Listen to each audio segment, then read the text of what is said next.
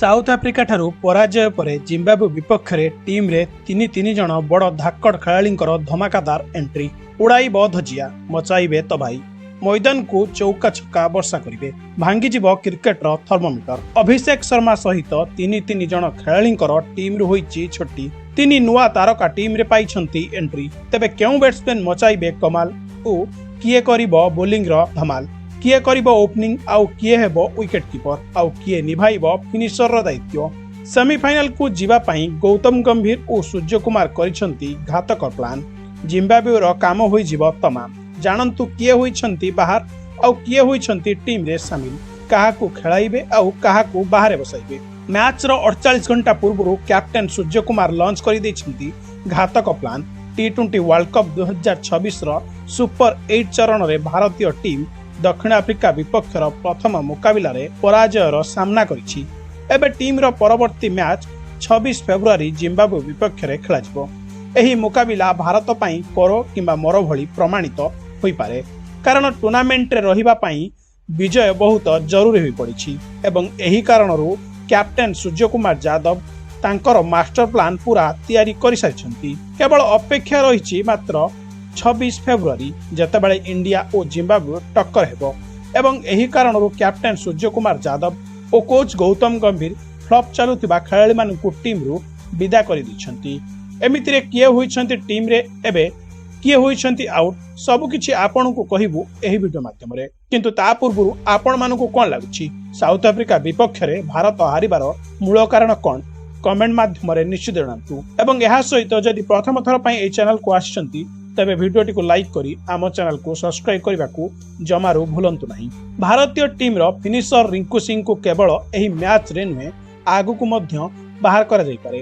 रोचक कथा हेउची जे तांकर जागारे संजू सैमसन नुहे बरं अन्य कोनोसी खिलाड़ी टीम रे शामिल होई पारती एबे प्रश्न हेउची से केउ खिलाड़ी जे रिंकू सिंह को जगह नहीं पारिबे तबे चालंतु एही रहस्य रु मध्य पर्दा उठाइबा तबे टी20 वर्ल्ड कप 2026 रे रिंकू सिंह प्रदर्शन एपर्यंत नैराश्यजनक होइछि सुपर 8 रे एपर्यंत से मोट 5टी मैच खेलिछंती जेउथिरे से मोट 24 रन करिछंती तांकर स्ट्राइक रेट प्राय 82.76 रहिछि तांकर एवरेज 8 होइछि एवं टी20 भली द्रुत फॉर्मेट रे एही स्ट्राइक रेट बहुत कम बोली मने करा जाय विशेष करी जेतेबेले तांको ठारू फिनिशर भूमिका निभाइबार आशा करा जाय संपूर्ण टी20 वर्ल्ड कप 2026 रे रिंकू सिंह प्रदर्शन एपर्यंत प्रभावशाली होई पारि नहीं एवं टीम मैनेजमेंट तांको जिम्बाब्वे और बाकी मैच गुड़िकरू ड्रॉप करि पारंती जिम्बाब्वे विपक्ष रे हेबाकु थिबा गुरुत्वपूर्ण मुकाबिला रे टीम इंडिया प्लेइंग 11 रे परिवर्तन करि पारे मने करा जाउछि रिंकू सिंह को बाहर बसाई दिया जाय पारे किंतु तांको जागा रे संजू सैमसन ने बरं कुलदीप यादव को सुजोग मिल पारे टीम मैनेजमेंट मध्यम क्रम रे अतिरिक्त बैट्समैन बदलारे बोलिंग आक्रमण को मजबूत करबा उपरे विचार करि पारे चेन्नई रो पिच स्पिनर्स पई सहायक बोली जणा जाय एमितिरे कुलदीप यादवंकर उपस्थिति टीम पई लाभदायक प्रमाणित होई पारे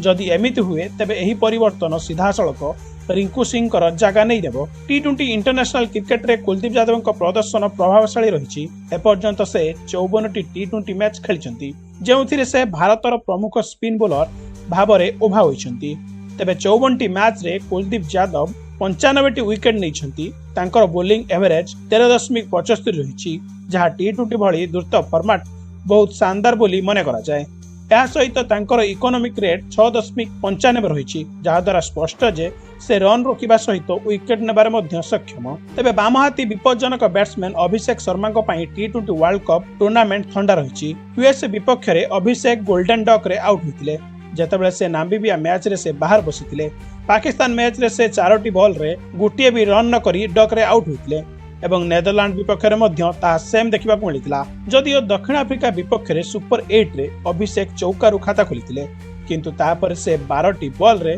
केवल 15 रन करि परिथिले आश्चर्यजनक कथा हेउछि एही 12टी बॉल रे अभिषेक शर्मांकर केवल संघर्ष ही देखा जाउतला ना तांकर क्लास हावा भाई साहेब हावा एहा होछि आपनक ठारू आशा कोच गौतम गंभीर और कैप्टेन सूर्य कुमार यादव अभिषेक शर्मा को साबित करिबा पई 4टी सुजोग दे सारिछंती एवं पंचम रे तांको सुजोग मिलिबा बहुत कष्टकर देखा जाउछि प्रकृत रे भारत को सेमीफाइनल रे पहुंचिबा पई शेष 2टी मैच जीतिबा बहुत जरूरी एमितिरे अभिषेक शर्मा को ड्रॉप करी तांको जगह संजू सैमसन को खेलाइबाकू करा जाई पारे। जणा जाउछि जे संजू को नाम्बिबिया विपक्ष रे खेलिबार सुजोग मिलिथिला, जोंथिरे से 8टी बॉल रे तीव्र 22 रन करिथिले। एही समय तांकर बैट रु 3टी चौका और गोटिए छक्का देखा जाइतिला। जदियो संजूकर एही इनिंग्स केवल 22 रन रे थिला, किंतु से लय रे देखा जाउतिले। नेट्स रे मध्य से बहुत भल भाबरे प्रैक्टिस करुछंती। तबे वाशिंगटन सुंदर दक्षिण आफ्रिका विपक्ष रे बहुत खराब प्रदर्शन करिसंती एवं बॉलिंग एवं बैटिंग उभय रे से कोनोसी कमाल देखाई पारिनथिले। एमितिरे वाशिंगटन सुंदर को बाहर करी तांको जगह अक्षर पटेल टीम रे शामिल होई पारंती। मु तो एपर्यंत बुझी पारु नाही वाइस कैप्टन अक्षर पटेल को कहीं टीम रो विदा कर दैछि, कारण अक्षर पटेल बैटिंग सहित बॉलिंग रे मध्य धमाल मचाई पारंती। अक्षर पटेल टीम रे आशीर्वाद द्वारा टीम इंडिया रो बैटिंग और बॉलिंग दुहे मजबूत हेबो। एमितिरे एही तीनोटी परिवर्तन सहित मैदान को लाइबो टीम इंडिया। तबे देखा जाऊ भारत जिम्बाब्वे को हराई पारुछि कि नाही। आपनक मत कोन कमेंट माध्यम रे निश्चित जणाइबे। पुणी देखाबो आ गुटिए दमदार अपडेट रे। जय हिंद, जय भारत।